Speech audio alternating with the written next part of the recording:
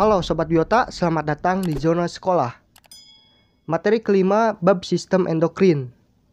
Di materi sebelumnya kita sudah mempelajari mengenai apa itu sistem endokrin, macam-macam kelenjar endokrin, dan mekanisme feedback atau umpan balik yang ada pada sistem endokrin, serta mekanisme dari hormon nafsu makan. Nah, untuk video kali ini kita akan mempelajari dua mekanisme dari sistem hormon, yaitu mekanisme hormon osmoregulasi dan juga termoregulasi. Kita akan mempelajari terlebih dahulu tentang mekanisme hormon osmoregulasi.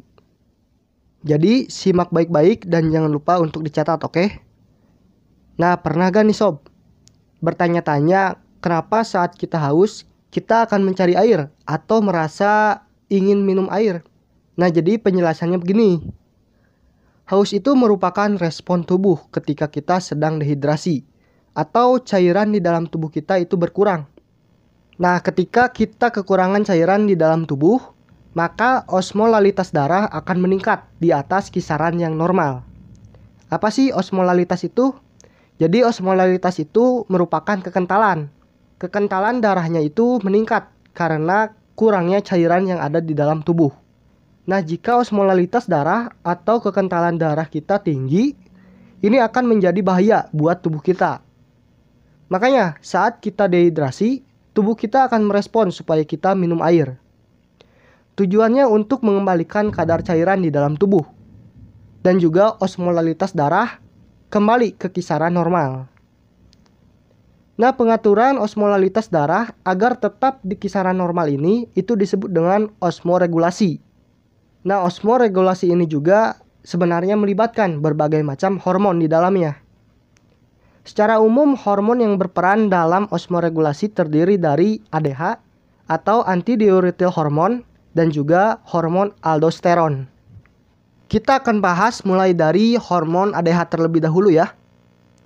Nah, jadi sekresi dari hormon ADH ini sangat terkait dengan perubahan osmolalitas darah. Nah, ADH ini akan disekresikan saat kekentalan darah meningkat. Dan nantinya ADH akan bekerja untuk menurunkan kekentalan darah sampai ke kisaran yang normal. Untuk lebih rincinya begini sob. Saat osmolalitas darah meningkat, maka osmoreseptor yang ada pada hipotalamus akan memerintah hipofisis posterior untuk mensekresikan hormon ADH.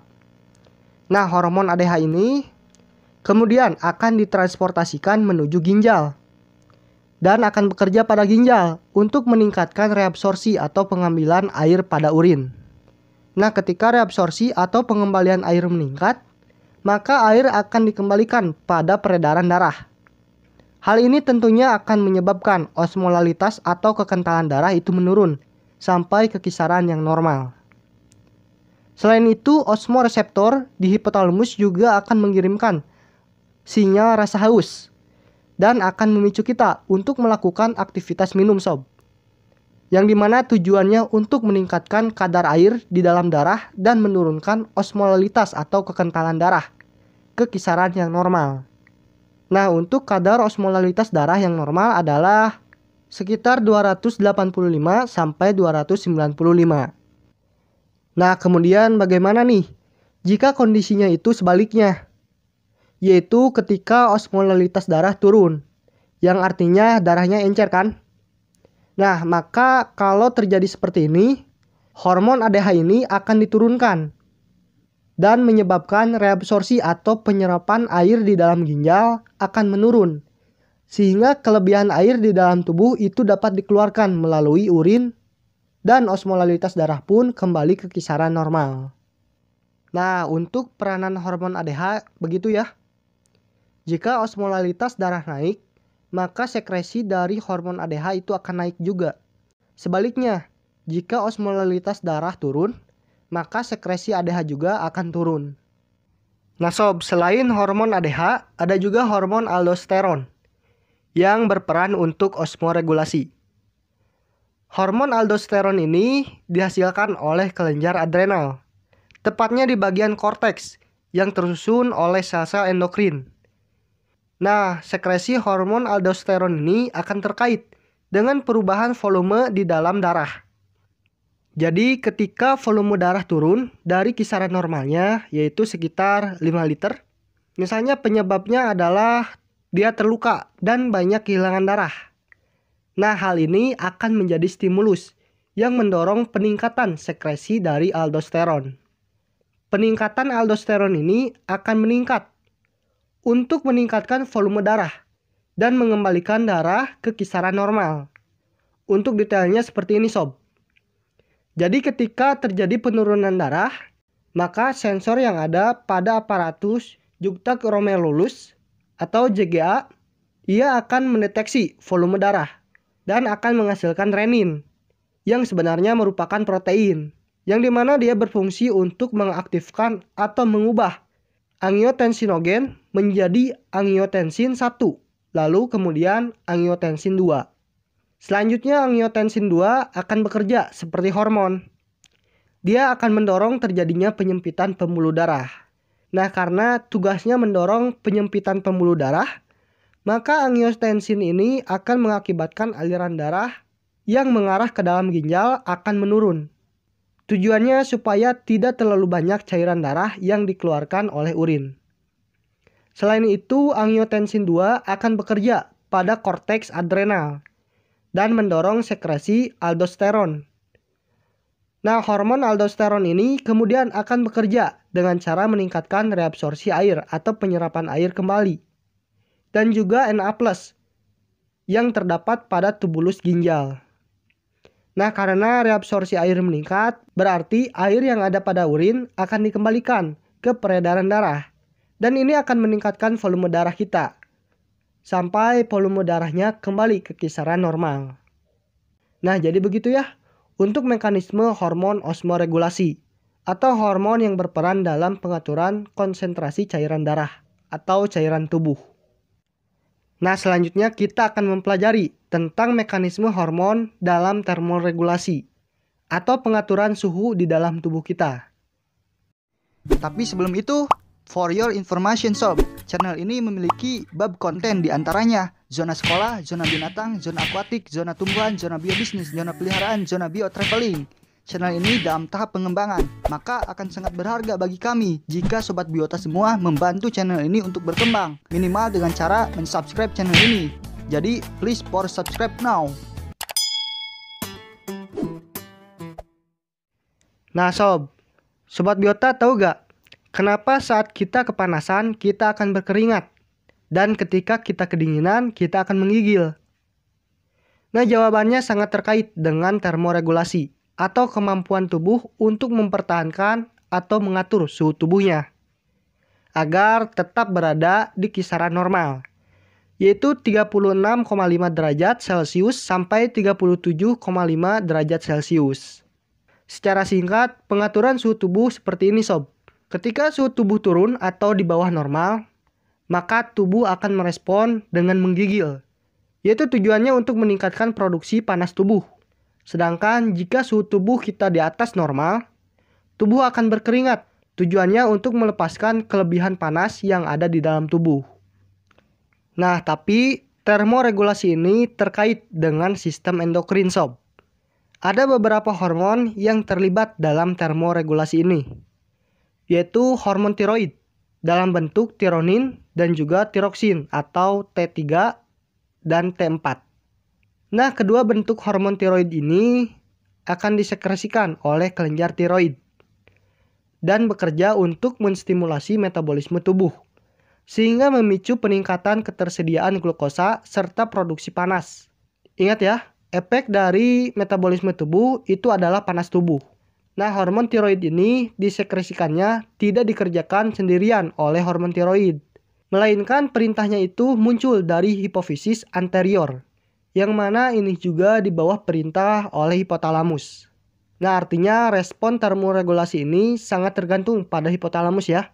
Ini dikarenakan hipotalamus berperan sebagai termoreseptor sekaligus sebagai control center. Untuk sebagai termoreseptor, hipotalamus akan mendeteksi perubahan panas di dalam tubuh.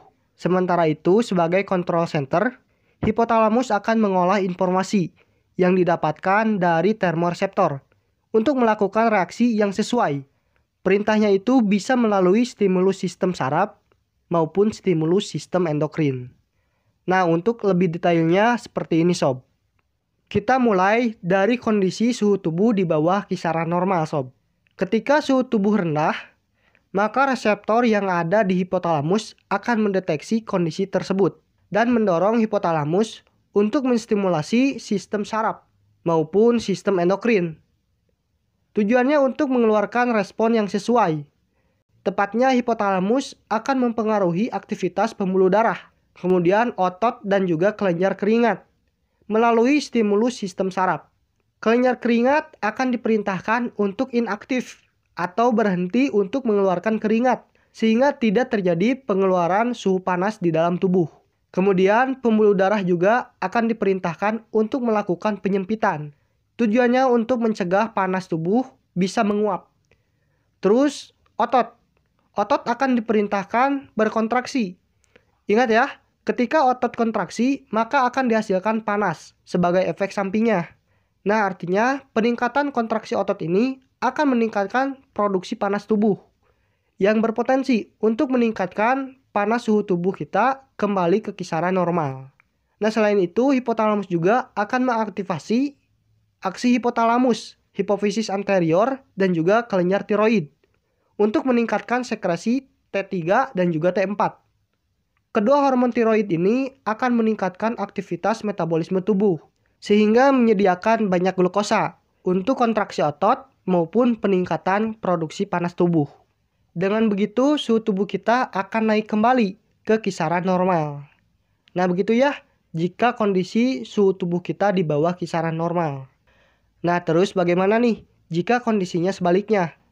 Yaitu saat suhu tubuh kita di atas kisaran normal. Ketika suhu tubuh kita di atas kisaran normal, yaitu di atas 37,5 derajat Celcius, maka termoreseptor di dalam hipotalamus akan mendeteksi kondisi tersebut dan akan mendorong hipotalamus untuk mengaktifasi pembuluh darah, kemudian kelenjar keringat, dan juga mempengaruhi aksis hipotalamus, hipofisis anterior, dan kelenjar tiroid. Nah, untuk prosesnya seperti ini sob. Melalui stimulasi sistem saraf, hipotalamus akan memerintahkan pembuluh darah untuk memperlebar diameternya. Ketika diameternya semakin lebar, maka dinding pembuluh darah ini akan menipis ya. Dan hal ini akan mempermudah proses penguapan atau pelepasan panas di dalam tubuh. Selain itu, hipotalamus akan memerintahkan kelenjar keringat untuk mengeluarkan keringat. Dan bersamaan dengan keringat itu, kelebihan panas di dalam tubuh akan ikut dikeluarkan.